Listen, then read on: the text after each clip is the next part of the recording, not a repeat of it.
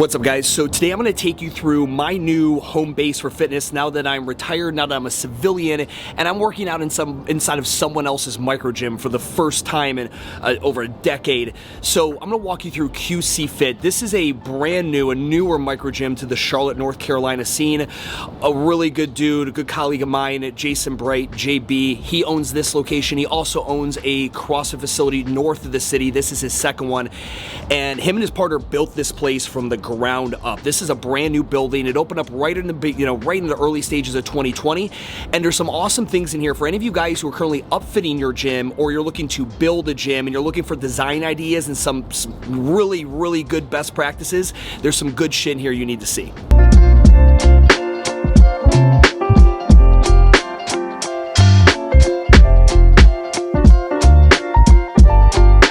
Okay, so what I love, when you first walk in, you've got this awesome lounge area. You've got this awesome desk here that, from what I hear, they're gonna be utilizing and creating a juice bar there. But this area where I've seen people come in and take calls before they jump in the class, or their Zoom call, or whatever it may be, getting some work done, and it just makes for a nice little area for people to convene. Now, this makes even more sense when you understand that they created a rent roll model, meaning they're smart enough to know that, hey, this building's mortgage is fucking expensive. Let's not be the only operating entity in here that's gonna help us pay that mortgage. Let's go ahead and on the second floor, let's get tenants in there. So I'm gonna take you up to the second floor and show you the entire area that they've got for rent roll, meaning they are gonna be getting tenant rent from individuals who are leasing out space in that second floor.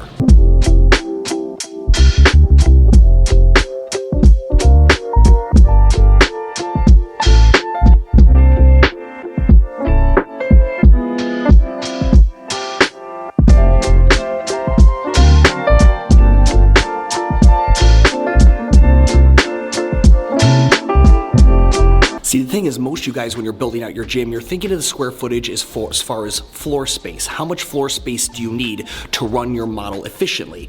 But you're never thinking about the airspace. You're still paying for all that square footage. So why not create some airspace above where you can lease out, hell, 5, 6, 7 offices or whatever it may be to other potential tenants. And as you can see, some of the stuff in here is synergistic, right? It's yoga, it's, what's this? This is performance rehab over here. It's synergistic, but some of it's not. You saw Schwartz painting, right? Some of these things wouldn't necessarily make sense.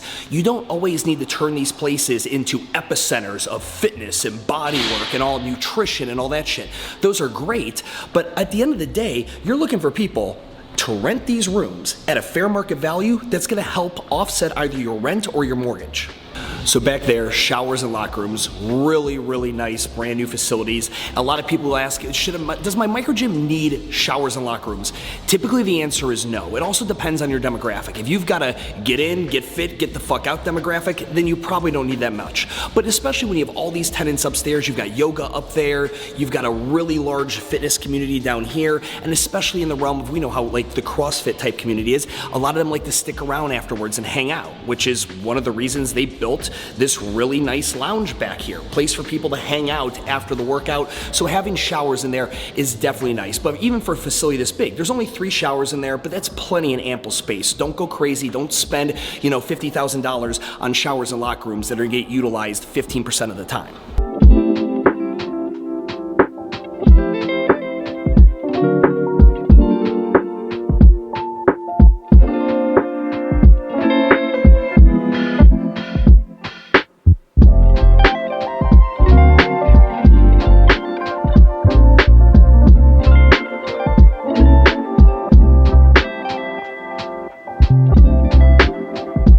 So the square footage here, I'm not exactly sure what it is, but it is absolutely enormous. It's fucking beautiful. Again, this was my top pick for a microgym to work out in after I retired, because A, they've got a great schedule of open gym. I can come in and do my tempo training. I'm able to jump in and do classes, but just look at this place. It's absolutely incredible. Like, they literally spared no expense in building this thing out. It's got everything you could possibly want.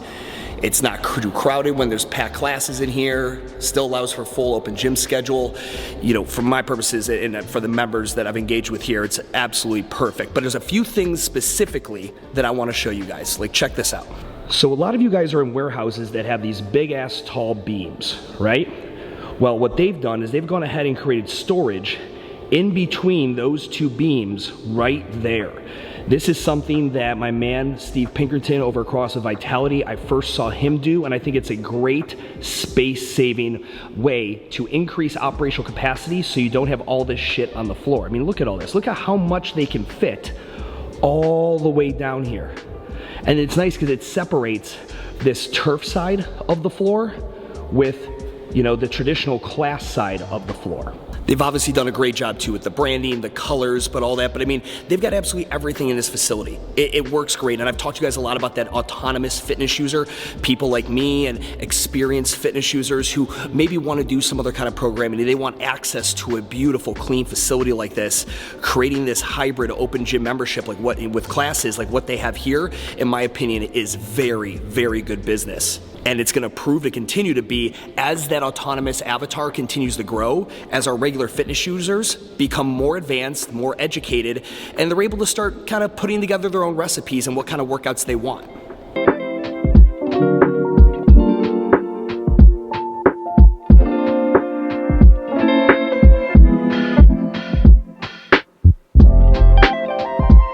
The other thing I love about this facility, and I think those of you that are designing facilities really need to take into consideration, is the natural light. I mean, the amount of natural light that they have in this place, right? With those windows over there, and then the glass bay doors, which I did at Urban Movement at my microgym as well, I think is super smart.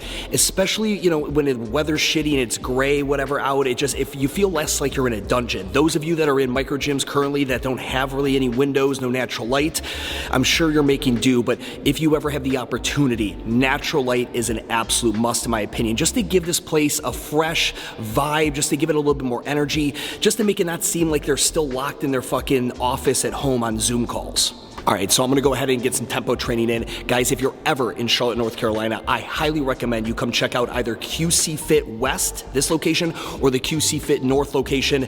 Phenomenal facilities, amazing people. Hit me up, we'll work out and get a beer together. Guys, thanks for watching.